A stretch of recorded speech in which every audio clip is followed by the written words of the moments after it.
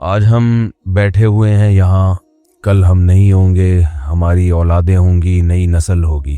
ایک بہت بڑی حقیقت ہے، ایسی حقیقت ہے جسے دیکھ کر ہم ایسے ہی آنکھیں بند کرتے ہیں جیسے کبوتر بلی کو دیکھ کر آنکھیں بند کرتا ہے۔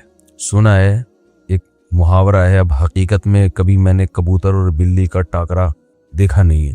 سنا ہے کہ کبوتر کے سامنے بلی آ جائے تو کبوتر آنکھیں بند کر لیتا ہے اور وہ یہ سمجھتا ہے کہ جیسے مجھے بلی نظر نہیں آ رہی تو شاید بلی کو بھی میں نظر نہیں آ رہا۔ تو ہمارا حساب کتاب بھی ایسا ہے۔ موت کے تذکرے سے ہمیں نفرت ہے، موت کے بارے میں سوچنے سے ہمیں نفرت ہے، موت کا تصور اچھا بالکل بھی نہیں لگتا۔ آپ کسی محفل میں بیٹھ کے مرنے کی باتیں شروع کر دیں، لوگ بولیں گے کوئی ٹاپک چھیڑو، پہلے کم ٹینشن ہے، ابھی مرنے مورنے کی باتیں کر رہے ہو یار۔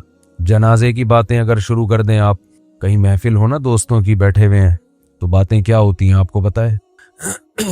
باتیں اس طرح کی ہو رہی ہوتی ہیں، ہاں بھائی کیا کما رہا ہے، کیا کر رہا ہے، مفتی صاحب کے اتنے بیانات سن لیے، شادیاں کب کر رہا ہے، اور بچوں کی سپیڈ وہی ہے یا بیان سن کے تھوڑی تیز ہوئی ہے پیدا ہونے کی، اور جاب مل گئی ہے، BCom کر لیا ہے، ماسٹر کا ارادہ ہے یا نہیں ہے، یا ویسے ہی آوارہ گردی کر رہا ہے۔ ہماری صبح سے لے کے رات تک، رات سے صبح تک کی باتوں میں موت کا تذکرہ نہ ہونے کے برابر ہوتا ہے، بلکہ ہوتا ہی نہیں ہے۔ تذکرہ اتنا ہوتا ہے کہ فلاں بھی مر گیا، فلاں بھی مر گیا، فلاں، یہ خبریں چل رہی ہیں مارکیٹ میں، فلاں کا بھی انتقال ہو گیا اور فلاں بھی آج دنیا سے چلے گئے۔ تو یہ تو خبر ہے نا، نیوز اس حد تک تو ہوتا ہے، وہ تو خبر کے طور پر۔ بلکہ کمال کی بات یہ ہے کہ جنازوں میں بھی موت کا تذکرہ ختم ہو گیا۔ میت کو اگر دفنانے کے لیے جا رہے ہیں گاڑی میں رکھ کے یا کندھے پہ، تو بھی موت کا تذکرہ نہیں ہوتا۔ میت کو دفنانے کے لیے قبر میں ڈال رہے ہیں، وہاں کھڑے ہو کر بھی موت کی باتیں بولو نا یار، نہیں ہوتی۔ ہمیں یاد ہے بچپن میں جب میت دفنانے جاتے تھے نا، تو کم از کم راستے میں موت کی باتیں ہو جاتی تھی کہ یار ہم نے بھی مرنا ہے، کل ہم بھی لیٹے ہوئے ہوں گے۔ اب وہاں بھی نہیں ہوتی، دفنانے کے بعد بھی نہیں ہوتی، گھر آنے کے بعد بھی نہیں ہوتی۔ بس یہ کہ یہ ہوتی ہیں کہ کیوں مرے، کووڈ-19 سے مرے، ہارٹ اٹیک سے مرے، کولیسٹرول زیادہ ہو گیا تھا اس لیے مرے، خوراکیں اچھی نہیں ہیں اس لیے مرے، بیٹیوں کی ٹینشن سے مر گئے، وہ مرے۔ اپنے بارے میں بات کر رہا ہوں میں۔ آپ کہیں گے دن بھر تو ہم موت کی باتیں سنتے ہیں، لیکن اپنی موت کے اور سامنے والے کی موت کے تذکرے بولنے پر گورنمنٹ نے پابندی لگا۔ ابھی تو زندہ ہے نا ماشاء، ابھی مرے تھوڑی، جب تک زندہ ہیں تو جواب تو دینا بھائی۔ تو ہماری مثال ایسے ہے جیسے میرے بیٹے نے، چھوٹے بچے نے جنازہ دیکھا، اس کو کیا پتہ یہ میت کیا ہوتی ہے، مجھے آ کے کہنے لگا ابو آج میں نے ایک مرے ہوئے انکل دیکھے ہیں۔ مرے ہوئے، اس کا خیال تھا انکلوں کی دو قسمیں، ایک چلتے پھرتے انکل، ایک لیٹے ہوئے انکل۔ تو یہ بھی انکل ہیں، مر گئے، تو یہ اس طرح بھی کوئی چیز ہوتی ہے۔ تو جیسے بچے کو تھوڑی پتہ ہے کہ یہ کیا ہو گیا، تو ہمارا حساب بھی ایسا ہے، جب کسی کو مرا ہوا ہم دیکھتے ہیں تو ہمارا خیال ہے یہ زندہ انکل ہیں اور یہ مرے ہوئے انکل ہیں، یہ زندہ انٹی ہیں، یہ مری ہوئی انٹی ہیں۔ یہ نہیں پتا کہ یہ مرنے کا مطلب ہے گئے۔ بحریہ ٹاؤن ہاتھ سے بولو نا کیا ہو گیا، میں آپ کے دلوں سے کھرچ کے انشاءاللہ بحریہ ٹاؤن نکال کے چھوڑوں گا، بتا دوں میں آپ، بہت مسلط ہوا ہے بحریہ ٹاؤن۔ اور ریاض ملک ہی نام ہے نا، ملک ریاض، سوری، اگر وہ میرے بیان میں آیا تو اس کے دل سے بھی انشاءاللہ بحریہ ٹاؤن کھرچ کے نکالیں گے۔ تو مالک ہے، ہم اس کو کہہ رہے ہیں کہ بھائی تم غلط چیزوں سے دل لگا بیٹھے۔ بزنس سے منع نہیں کر رہے ہم، بزنس سے تھوڑی منع کر، وہ تو ہم صحابہ نے کیا ہے، دل نہیں لگانا۔ مٹی کے گھر ہیں، کچی مٹی ہے، گھروندے ہیں، مٹی سے دل بہلانے والے دنیا کے سب سے بڑے بے وقوف ہوتے ہیں۔ تبلیغ والے بڑی پیاری بات کہتے ہیں، کھڑی مٹی اور پڑی مٹی۔ جماعت میں نکلو نا تو کہتے ہیں جب بنگلوں میں جاؤ اور گشت کے لیے تو متاثر نہ ہو مٹی کی۔ there are two types of مٹیز۔ جب انگریزی میں تبلیغ ہوتی تو پھر یوں بیان ہوگا، اس ڈسٹ تو وہ اس کو کہتے ہیں وہ گرد و غبار۔ تو there are two types of مٹیز۔ مٹیز کی کتنی قسمیں ہیں، ایک پڑی ہوئی ہوتی ہے، ایک کھڑی ہوئی ہوتی ہے۔ اسی پڑی ہوئی مٹی کو تھوڑا لپائی پتائی کر کے بنا دو تو وہ ورلڈ ٹریڈ سینٹر بن جاتا ہے۔ تو اسی طرح انکل کی بھی دو قسمیں، ہم سب انکل ہیں نا، اپنے سے چھوٹوں کے لیے ہم کیا ہیں، انکل ہیں۔ اور جتنی خواتین ہیں وہ اپنے سے چھوٹوں کے لیے انٹی ہیں. معذرت کے ساتھ میں خواتین کو انٹی نہیں کہہ رہا. وہ بیان چینل سب انسبسکرائب کر دیں گی یہ انٹی کا سن کے.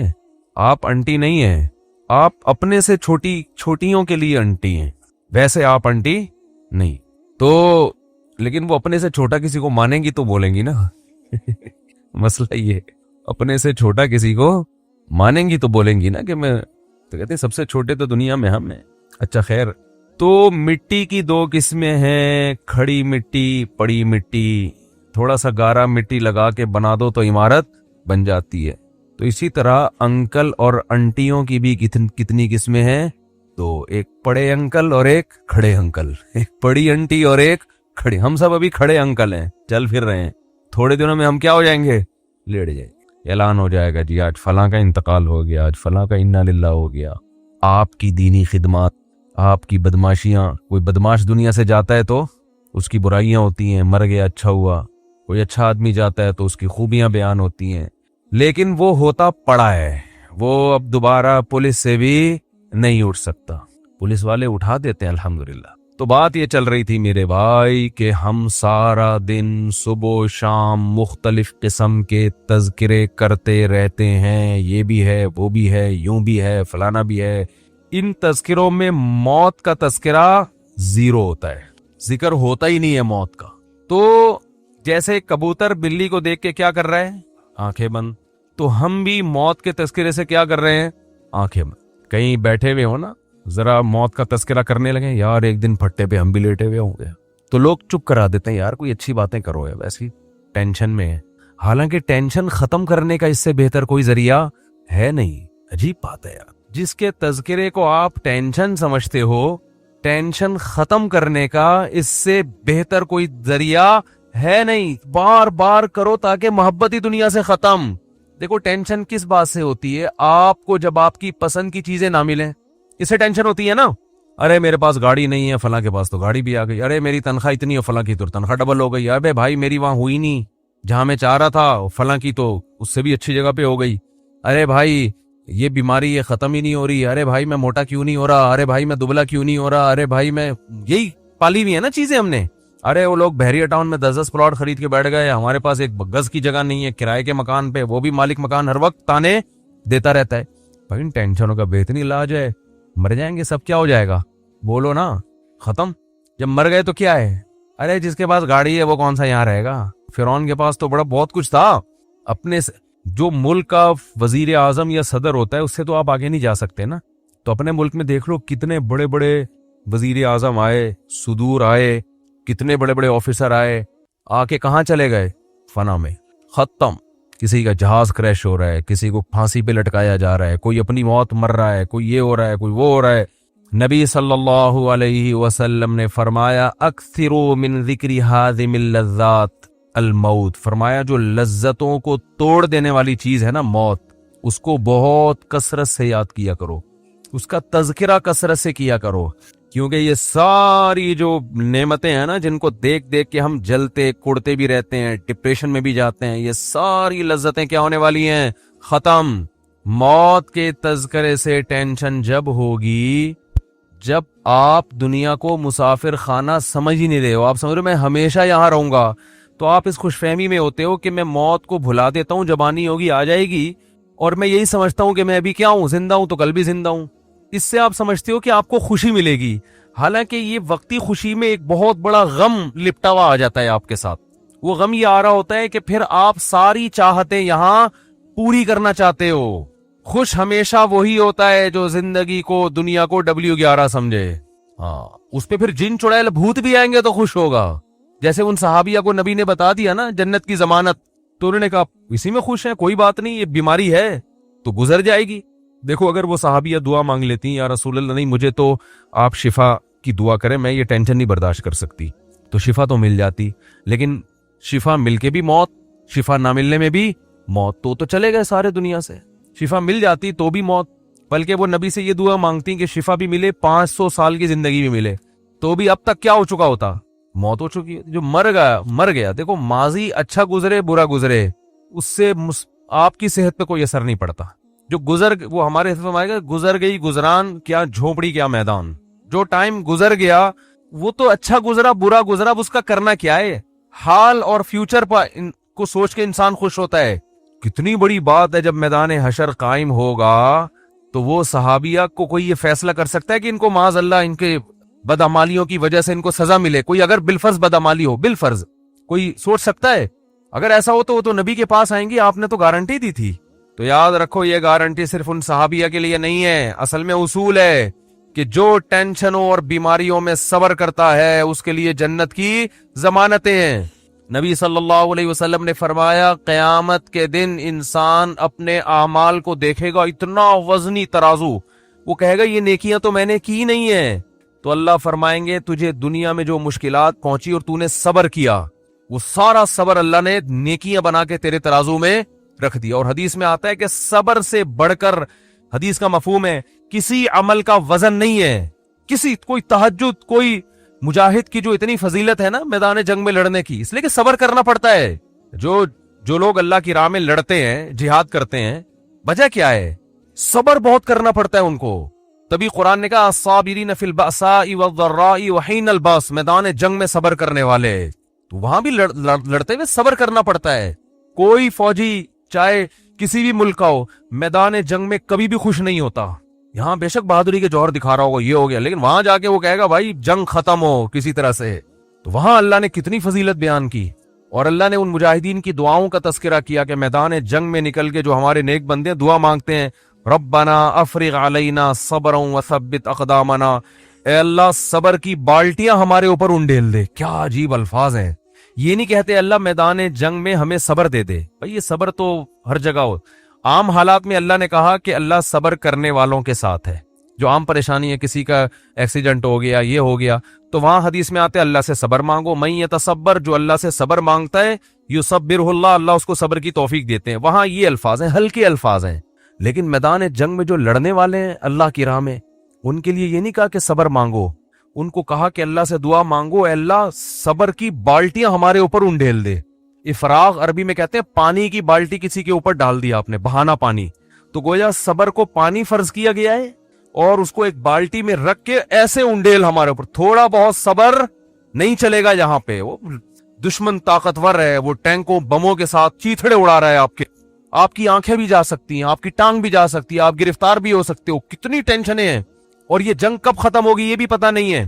تو اللہ نے فرمایا وہاں یہ دعا مانگتے ہیں افرغ علینا صبرا، نیک لوگ دعا مانگتے ہیں اللہ ہمارے اوپر صبر کی بالٹیاں انڈیل دے۔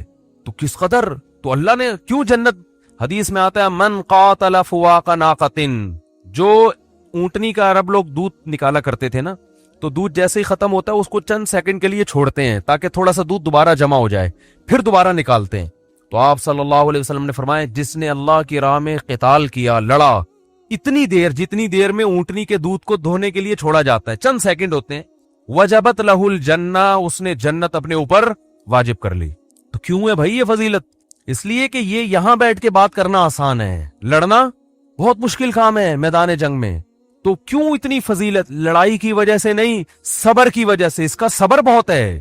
تو میرے بھائی چاہے مصیبتوں میں صبر ہو، بیماریوں میں ہو، جن چڑیل بھوت آ گئے، کوئی بھی ٹینشن ہے نا، تو اس میں آپ صبر کو ہلکا نہ سمجھیں۔ اور یعقوب علیہ السلام کی دعا یاد کر لیں، جب بیٹا گم ہو گیا تھا نا، لوگ کہہ رہے تھے کہ آپ تو مایوس کیوں نہیں ہوتے، آپ یہ کیوں نہیں اور یوں کیوں نہیں، تو کیا فرمایا اعلم من اللہ ما لا تعلمون، میں اللہ کے بارے میں وہ کچھ جانتا ہوں جو تم نہیں جانتے۔ کیا مطلب؟ مجھے پتا ہے اللہ جب کسی کو تکلیف دیتا ہے تو بنانے کے لیے دیتا ہے، تکلیف برائے تکلیف نہیں ہوتی۔ تو مسلمان کے لیے حدیث میں آتا ہے کہ نبی صلی اللہ علیہ وسلم نے فرمایا مسلمان کو جب تکلیف پہنچتی ہے اس کے درجات بلند، وہ تکلیف اس کو بنانے کے لیے، اور منافق کو جب تکلیف پہنچتی ہے تو تکلیف برائے تکلیف ہوتی ہے۔ وہ حدیث کا مفہوم ہے، پورے الفاظ انشاءاللہ میں سناؤں گا کسی وقت۔ تو اس لیے میرے بھائی اللہ سے عافیت مانگیں، ہم تکلیفوں کے اہل نہیں ہیں، ہم تو نالائق لوگ ہیں، بے صبر لوگ ہیں۔ ایک صحابی نے جب نبی سے یہ بیان سنا نا صبر پہ، کیسا صحابی کا جذبہ، اللہ سے مصیبتیں مانگنے لگے، دعا مانگ رہے ہیں اللہ مجھے مصیبتیں دے تاکہ میں صبر کروں۔ یہ صحابی کا ایمان تھا کہ مجھے دنیا میں اللہ خوشی چاہیے ہی نہیں، لیکن نبی نے ان کو منع کیا کہ یہ عبدیت کے خلاف ہے، غلامی کے خلاف ہے۔ غلام ہمیشہ اللہ سے کیا مانگتا ہے؟ غلام کا کام ہے بھائی وہ عافیت مانگے، جیسے غلام اپنے مولا سے کہے مجھے نہیں پیسے چاہیے، تو مولا کو غصہ آئے گا بھائی میں بڑا ہوں تو چھوٹا ہے, تو میں تو باپ اپنے بیٹے کو کچھ کھلا رہا ہے, بیٹا کہ ابا میں کسی کا محتاج نہیں, مجھے نہیں چاہیے, تو باپ کو غصہ آئے گا نا کہ ابھی تو کسی اور کے سامنے یہ بات کر, میں تیرا باپ ہوں. تو اس لیے اللہ کو بھی اللہ چاہتے ہیں کہ بندے مجھ سے خوشیاں مانگے, غم نہ مانگے. غلامی کا تقاضا یہی ہے. تو اللہ سے خوشی مانگو, اے اللہ ہم بے صبر لوگ ہیں, اے اللہ ہم سے مصیبتیں برداشت نہیں ہوتی, ہم نالائق ہیں. تو اللہ سے عافیت مانگے, اے اللہ ہمیں شکر کی نعمت سے ہی نواز دے, بس تو ہمیں نعمتیں دے اور شکر کی توفیق دے دے, اسی سے ہمارے گناہ معاف کر دے, اسی سے ہمارے درجات بلند کر دے, مصیبت نہ مانگی جائے. تو مانگنا تو اللہ سے یہی چاہیے بھائی, اور واقعی ہم اہل نہیں ہیں. لیکن اگر اللہ کی طرف سے کوئی مصیبت آ گئی ہے تو اس کو بھی نعمت سمجھو. بڑے بڑے لوگوں کو اللہ نے ان مصیبتوں میں نوازا ہے. علماء کہتے ہیں عبادت کر کے انسان اتنے اونچے درجات حاصل نہیں کر سکتا جتنا مصیبت پہ صبر کر کے اونچے درجات ملتے ہیں اس کو, اللہ کا قرب بھی ملتا ہے اس کو.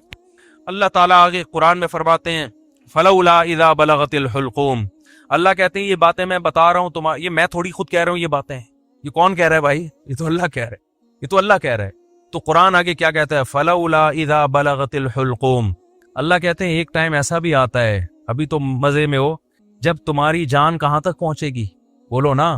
یہاں ہر آدمی پہ یہ ٹائم آتا ہے کہ نہیں آتا, ہچکیاں لے, یوٹیوب پہ دیکھ لو ویڈیو, بڑے بڑے پاورفل اور اب آخری ہچکیاں لے رہے ہوتے ہیں, کیسا ترس آتا ہے نا اس کے اوپر. ہچکیاں لے رہا ہوتا ہے آدمی, کوئی کلمہ پڑھ رہا ہوتا ہے, کسی کی آنکھیں پتھرا رہی ہوتی ہیں اور بڑی حسرت سے لوگوں کو دیکھ رہا ہوتا ہے. فلولا اذا بلغت الحلقوم وانتم حینئذ تنظرون. اللہ کہتے ہیں تم بڑے بڑے طاقتور لوگ اس کے قریب کھڑے ہو کر اس کو دیکھ رہے ہوتے ہو کہ ابھی اس کی روح نکلنے والی ہے. ترجعونها ان کنتم صادقین. تم اس کی روح کو لوٹا دیا کرو. تمہارے پاس پیسہ بھی ہے, تمہارے پاس حکومت بھی ہے, تمہارے پاس امیزون میں تم نے بڑا بزنس بھی کیا ہوا ہے. اب کیا کیا, اگر تمہاری سائنسی ترقی بھی ہے تو تھوڑی دیر کے لیے کیا کر لو بھائی, اس کی روح کو کیا کر لو. تم بھی حسرت سے دیکھ رہے ہوتے ہو کہ ہمارا پیارا ہمارے سامنے دنیا سے جا رہا ہے. یہ تو تمہاری 2 ٹکے کی اوقات ہے. اللہ ہمیں ہماری اوقات بتا رہا ہے. میرا خیال ہے بات سمجھ میں آ نہیں رہی آپ لوگوں کی. میرے اندر تو بھائی اتنے ہی پھیپڑے ہیں جتنا میں سمجھوں. مجھے غصہ اس لیے آ گیا کہ پہلے بھی زنا ہوتا تھا, کم چھپتے تھے لوگ کہ پکڑے نہ جائیں. اب پوری یونیورسٹیوں میں لڑکے لڑکیوں کی بسیں بھر کے جا رہی ہیں تفریح کے لیے. باپ خود اجازت دے رہا ہے, بھائی تمہاری اپنی لائف ہے بیٹا, تم اگر بھنگن چمارن بننا چاہو تو ہم کون سا شریف لوگ ہیں, ہم بھی بھنگی اور چمار ہیں. بزبان حال وہ یہ کہہ رہا ہوتا ہے, سمجھ میں نہیں آ رہی. عزت دار آدمی کبھی اپنی لڑکی کو کسی غیر مرد کے ساتھ جانے نہیں دے گا, کہے گا میں مر جاؤں گا, میں دنیا کو کیا منہ دکھاؤں گا میں.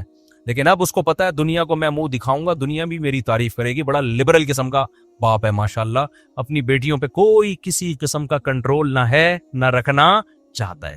ڈانس کر رہے ہیں اپنی بیٹیوں کے ساتھ, ناچ رہے ہیں اپنی بیٹیوں کے ساتھ, لائکس مل رہے ہیں ان کو, لوگ شیئر کر رہے ہیں ماشاءاللہ جی. جو باپ محافظ تھا بیٹی کو حیا سکھانے کا, وہی بیٹی کی حیا نکال رہے. براڈ مائنڈڈ باپ ہے. کپڑے اتارو بھائی اس کے لوگوں کے سامنے, بہت زیادہ براڈ مائنڈڈ. گورا کو تو چٹیاں پہن کے ان کی بیٹیاں ان کے باپ کے سامنے ناچتی ہیں. براڈ مائنڈڈ بننا ہے تو پھر پورا بنو نا. یہ منافقت کیسی ہے؟ اگر غلط ہے تو پھر, اگر گورا غلط ہے تو پھر یہ عمل بھی غلط ہے جو یہاں ہو رہا ہے. شادیوں میں ناچ رہی ہیں بہنیں بھائیوں کے ساتھ, تو ناچ گانے پہلے بھی ہوتے تھے, تھوڑا حیا تھی, تمیز تھی لوگوں میں کہ کس کے سامنے ناچنا ہے اور کس سے اپنے ناچ کو چھپانا ہے. لیکن اب کیا ہو رہا ہے, غیرت ختم. وہی بات ہے, جب آخرت پر ایمان ختم ہوگا, جب اللہ کے سامنے جواب دینے کا خوف ہی ختم ہو گیا, تو پھر جو چاہے کرتے پھرو. تو قرآن کہہ رہا ہے ایک وقت آتا ہے جب تمہاری جان کہاں پہنچتی ہے, حلق میں, اور تم دیکھ رہے ہوتے ہو. وَنَحْنُ أَقْرَبُ إِلَيْهِ مِنْكُمْ. اللہ کہتے ہیں جتنے تم اپنے عزیز کے قریب کھڑے ہوتے ہو نا حسرت سے, ہم تم سے بھی زیادہ اس کے قریب ہوتے ہیں اور اس کی کیفیات کو جانتے ہیں. فَلَوْلَا إِن كُنْتُمْ غَيْرَ مَدِينِينَ. اللہ کہتے ہیں اگر تم یہ سمجھتے ہو تمہارے اوپر کسی کا کنٹرول ہی نہیں ہے, آزاد ہو, بڑے پاورفل ہو, ترجعونها إن كنتم صادقین, تو آج اپنی طاقت کا استعمال کرو.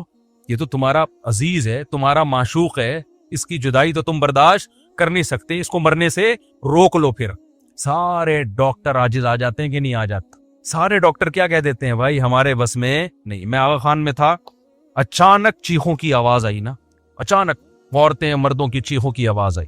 میں ایک دم ڈر گیا, کیا ہوا؟ پتا چلا جی ان کے والد صاحب, ان کی ڈیتھ ہوئی ہے. آئے تھے تھوڑی دیر پہلے بالکل ٹھیک ٹھاک تھے بستر پہ, اچانک کوئی ہارٹ اٹیک ہوا یا برین ہیمریج جو کیا ہوا بہرحال. تو وہ ان کو توقع نہیں تھی کہ ہمارا باپ ایسے بھی جا سکتا ہے. تو بچیاں بھی رو رہی ہیں. میں نے کہا یار یہ دیکھو, یہ میں نے ایسے موت کے بہت سارے واقعات دیکھے. گلی میں گزر رہے ہیں, چیخو پکار کی آواز آئی, کیا ہوا بھائی؟ پتہ چلا جی ڈیتھ ہو گئی. کتنے کتنے سال رشتے آپس میں ٹائم گزارتے ہیں اور جدا ہونے میں چند سیکنڈ بھی بولو نہیں لگ, اور پھر روتے 3-4 دن تک ایسے ہیں جیسے بڑا غم ہوا ہے, اور 3-4 دن کے بعد 20-20 30-30 سال پرانے رشتوں کو ایسا بھولتے ہیں جیسے زندگی میں کبھی رہنا نصیب ہی نہیں. یہ ہے وہ دنیا جس کے پیچھے انسان کس کو ناراض کر رہا ہے؟ خدا کو ناراض کر رہا ہے. تو قرآن کہتا ہے اس کی جان لوٹا کے دکھاؤ. فَأَمَّا إِنْ كَانَ مِنَ الْمُقَرَّبِينَ, اللہ کہتے ہیں اب یہ میرے پاس آ گیا ہے, اب یہ تمہاری کسٹڈی سے نکل گیا. اب میں بتاتا ہوں اس کے ساتھ کیا ہونے والا ہے, سمجھ رہے ہو نا؟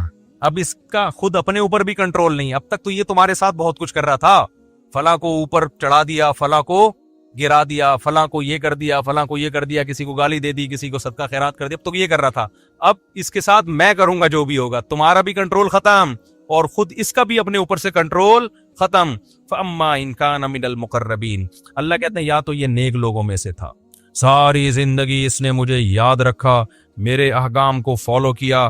فَرَوْحٌ وَرَيْحَانٌ, تو اس کے لیے خوشبوئیں ہیں, وَجَنَّتُ نَعِيمٌ, اور خوشخبریاں ہیں ہمیشگی کے باغات کی. وَأَمَّا إِنْ كَانَ مِنْ أَصْحَابِ الْيَمِينَ, دائیں ہاتھ والوں میں سے تھا. فَسَلَامٌ لَكَ مِنْ أَصْحَابِ الْيَمِينَ, اللہ کی طرف سے اس کو سلامتیاں ملنا شروع. ایسے بہت سارے واقعات ہیں اہل اللہ کے کہ موت کے وقت انہوں نے فرشتوں کو دیکھا اور موت کے وقت وہ باتیں کرنے لگے کہ اللہ کی طرف سے ہمیں نیک فرشتے ہماری روح قبض کرنے کے لیے آئے. میں نے بھی ایسے واقعات سنائے ہیں آپ کو پہلے بیانات میں, بھی بہت وقت ہو گیا تو میں اس کو اسکپ کر رہا ہوں. بہت ایسے واقعات ہیں, شہداء کے بہت واقعات ہیں. میرے والد صاحب نے بتایا کہ قاری صاحب ہندوستان میں قرآن پڑھایا کرتے تھے, ساری زندگی ان کے نا بچوں کو قرآن پڑھانے میں گزری. موت کے وقت نا ان کی جسم سے روشنی کا گولا نکل کے گیا, سب نے دیکھا جتنے لوگ. حضرت مولانا اشرف علی تھانوی رحمۃ اللہ علیہ, جن پر آج لوگ بڑے اوٹ پٹانگ قسم کے اعتراضات کرتے ہیں, ان کی جب ڈیتھ ہوئی ہے نا, تواتر سے جو ان کے قریب لوگ کھڑے ہوئے تھے, انہوں نے بتایا کہ ان کی 3 انگلیوں سے روشنی کی کرنیں نکل رہی تھی موت کے وقت, کیونکہ پوری زندگی نا ان 3 انگلیوں سے تصنیف کا کام کیا ہے. ان کی سینکڑوں تصانیف ہیں جن سے بہت, اگر مولانا اشرف علی تھانوی رحمۃ اللہ علیہ ہندوستان میں نہ ہوتے نا تو آج یوں کہا جائے نا کہ میں بھی شاید بدعتی ہوتا, تو یہ بات غلط نہیں ہوگی. ہندوستان میں جو بدعتوں کو روکنے میں سب سے بڑا کردار ہے وہ مولانا اشرف علی تھانوی رحمۃ اللہ علیہ ہے, کیونکہ تصوف میں اتنا غلو ہو گیا تھا کہ 20 قسم کی بدعتیں شامل ہو, پیر پرستی اور تصوف, اس پہ ان کی بہت ساری کتابیں ہیں اور بہت کام کیا انہوں نے, کسی کی ملامت کی پرواہ نہیں کی. تو انتقال کے وقت کیا تھا, کرنیں نکل رہی تھی ان, ایسے بہت ساری کرامتیں ہوتی ہیں. تو قرآن کہہ رہا ہے فَرَوْحٌ وَرَيْحَانٌ وَجَنَّتُ نَعِيمٌ وَأَمَّا إِنْ كَانَ مِنَ الْمُكَذِّبِينَ الضَّالِّينَ, اور اگر گمراہ لوگوں میں سے تھا تو اس کو بتا دیا جاتا ہے فَنُزُلٌ مِّنْ حَمِيمٍ, تیرا ٹھکانہ کھولتا ہوا پانی ہے جو تجھے پلایا جائے گا. وَتَصْلِيَةُ جَحِيمٍ, اور بھڑکتی ہوئی آگ ہے جس میں تجھے داخل کیا جائے گا. آخر میں اللہ اس صورت میں کہتے ہیں إِنَّ هَذَا لَهُوَ حَقُّ الْيَقِينِ, اے لوگو یہ جو باتیں ہم کر رہے ہیں ان کو سیاسی بیان نہ سمجھو, یہ یقینی باتیں ہیں. فَسَبِّحْ بِاسْمِ رَبِّكَ الْعَظِيمِ, اپنے رب کی کبریائی بیان کرو جو بہت عظمت والا ہے. تو یہ سورہ واقعہ کا حاصل ہے جو میں نے آپ کے سامنے بتایا. اللہ نے اپنی قدرت کو بیان کیا اور آخرت کی ہولناکیوں کو بیان کیا. تو بھائی طاق راتوں میں خاص طور پر جہاں اپنے لیے یہ کچھ مانگتے ہو نا, اللہ یہ دے دے, یہ دے دے, یہ دے دے, زیادہ حصہ دعاؤں کا جہنم کی پناہ اور جنت کی طلب میں لگایا. کچھ بھی نہیں ہے. قرآن میں جگہ جگہ نا ایک مضمون اللہ نے بہت زیادہ بیان کیا ہے کہ جب آخرت قائم ہوگی نا تو اللہ ان سے پوچھے گا کہ تم لوگ دنیا میں کتنا عرصہ رہے ہو. ابھی تو ہم سمجھتے ہیں نا ایکچولی اتنی لمبی عمر ہے, دنیا میں رہنا ہے, اتنی لمبی عمر. آخرت کے مقابلے میں یہ ایسے لگ رہی ہوگی 1 دن یا آدھا دن. قال کم لبثتم فی الارض عدد سنین, قرآن کہتا ہے ہم ان سے پوچھیں گے بتاؤ تم دنیا میں کتنا عرصہ رہے ہو, تو وہ جواب میں کہیں گے لبثنا یومن او بعض یوم, اے اللہ 1 دن یا آدھا دن, 1 دن رہے یا آدھا دن. اور قرآن کہتا ہے کہ جب ان کو جہنم میں ڈالا جائے گا نا تو جہنم کے داروغہ ان سے کہیں گے الم تکن آیاتی تتلا علیکم, کیا اللہ کی آیات تم پر پڑھ کے نہیں سنائی جاتی تھی تمہیں, کسی نے اس آگ سے ڈرایا نہیں تھا تم کو. تو وہ جواب میں کیا کہیں گے ربنا غلبت علینا شقوتنا, اے اللہ ہمیں ڈرایا گیا تھا لیکن ہماری بدقسمتی ہم پہ غالب آ گئی. جیسے آپ کسی علاقے میں جا رہے ہو نا اور وہاں ڈر ہوتا ہے کہ وہاں کوئی نقصان نہ ہو جائے, پھر بھی آپ چلے جاتے ہو اور پکڑے جاتے ہو, تو لوگ کہیں گے بھائی تجھے بتایا تھا کہ اس گلی میں ڈاکو ہیں, تو جواب میں کیا کہ یار میری قسمت ہی خراب ہے, پتہ نہیں مجھے ہو کیا گیا تھا. یہی کہتے ہیں نا لوگ کہ یار مجھے بتایا بھی تھا غلط ہے لیکن میری قسمت ہی کیا ہے, تو قسمت پہ ڈال دیتے ہیں. تو جہنمی بھی کیا کرے گا ایسے موقع پہ, قسمت پہ ڈال دے گا. پھر قرآن کہتا ہے وہ جہنمی کہے گا ربنا اخرجنا منہا, اے اللہ ایک دفعہ تو اس آگ سے ہمیں نکال دے. فَإِنْ عُدْنَا, اگر ہم دوبارہ ان برائیوں کی طرف لوٹے, فَإِنَّا ظَالِمُونَ, تو واقعی ہم ظالم ہوں گے. قرآن کہتا ہے قَالَ اخْسَئُوا فِيهَا, اللہ کہیں گے ذلیل ہو کے پڑے رہو اس کے اندر. وَلَا تُكَلِّمُونَ, مجھ سے کلام مت کرو. کیوں؟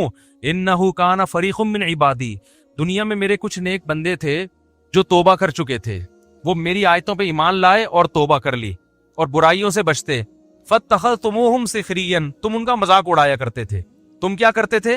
بولو, مذاق اڑاتے تھے. انی جزیتہم اليوم بما صبروا, آج ان کے صبر کا دیکھو میں نے کیسے بدلہ دیا ہے جن کا تم مذاق اڑایا کرتے تھے. انہم ہم الفائزون, آج وہی کامیاب ہیں. پھر آگے قرآن کہتا ہے کہ افا حسبتم انما خلقناکم عبثا, تم نے یہ سمجھ رکھا تھا کہ ہم نے تم کو دنیا میں بیکار پیدا کیا. بس میں 2 منٹ میں بات مکمل کر رہا ہوں. تم یعنی کیسے بے وقوف ہو کہ دنیا میں جب تمہیں جہنم سے ڈرایا گیا تم نے اس کو مذاق سمجھا, تو کیا تم یہ سمجھتے تھے کہ خدا نے تم کو پیدا کر کے ایسے ہی چھوڑ دیا, وہ ویسے ہی بنایا کہ نائٹ کلب میں ناچو, شراب پیو, زنا کرو, ہومو سیکچولیٹی کی طرف جاؤ, ڈرامے دیکھو, فلمیں دیکھو, جو مرضی کرو. تو کیا تم نے یہ سمجھ رکھا تھا؟ یعنی یہ تو ایسی عجیب سی بات ہے کہ اس کے لیے تو پیغمبر کے آنے کی بھی ضرورت نہیں ہے. اب آپ بتاؤ جو آخرت کو نہیں مانتا اس سے بولے پھر ہماری زندگی کا مقصد کیا ہے, تو کیا مقصد بتائے گا بتاؤ؟ وہ کہے گا وہ انٹرٹینمنٹ, راتوں کو کرکٹ کھیلو, دن میں سوتے رہو پڑے ہوئے, پھر فلم دیکھو, پھر ڈرامہ دیکھو, پھر لڑکیوں سے چھیڑ چھاڑ کرو, پھر سیٹنگ کرو. پیسہ بھی اس لیے کماؤ تاکہ چھیڑ چھاڑ میں آسانی ہو جائے. یہ جو پیسہ کما رہے ہیں نا عیاشی کے لیے کما رہے ہیں نا, تاکہ اور زنا ہو سکے, شراب پئیں اور موج مستی والی زندگی ہو. تو پیسہ بھی کوئی ان کا ہدف نہیں ہے, پیسے سے ہدف بھی عیاشی ہے. تو اللہ قرآن میں کہہ رہے کہ ہم ان سے کہیں گے افا حسبتم انما خلقناکم عبثا, تو کیا تم نے یہ سمجھ رکھا تھا کہ ہم نے تمہیں ایویں ہی پیدا کر دیا؟ وَأَنَّكُمْ إِلَيْنَا لَا تُرْجَعُونَ, اور تم ہمارے پاس واپس لوٹ کے نہیں آؤ گے, پیدا کر کے ہم نے چھوڑ دیا ہے. فَتَعَالَ اللَّهُ الْمَلِكُ الْحَقُّ, اللہ کہتے ہیں اللہ اس عیب سے پاک ہے کہ ایویں ہی انسان کو بنائے اور چھوڑ دے کہ جو چاہے کرتے رہو. یہ تو بہت بڑا الزام ہے. اللہ اس الزام سے کیا ہے؟ بری ہے. ایسا مجرم اللہ نہیں ہو سکتا. تو پھر بھائی اس سے زیادہ کوئی وضاحت ہو سکتی ہے اللہ کی طرف سے؟ بولو نا. اس کے بعد بھی کوئی حجت رہ گئی ہے؟ پھر بھی اگر میرے بھائی کسی کی بدبختی آئی بھی ہے نا تو وہ جو مرضی کرے. کیا خیال ہے؟ وہ گرل فرینڈ رکھے, وہ ہومو سیکشولیٹی کی طرف جائے, وہ نمازوں کو ضائع کرے, عورت ہے پردہ کرے نہ کرے, جو مرضی کرنا ہے کرو بھائی. اس کا مطلب کیا ہے کہ دلوں پر کیا لگ گئی ہے؟ مہر لگ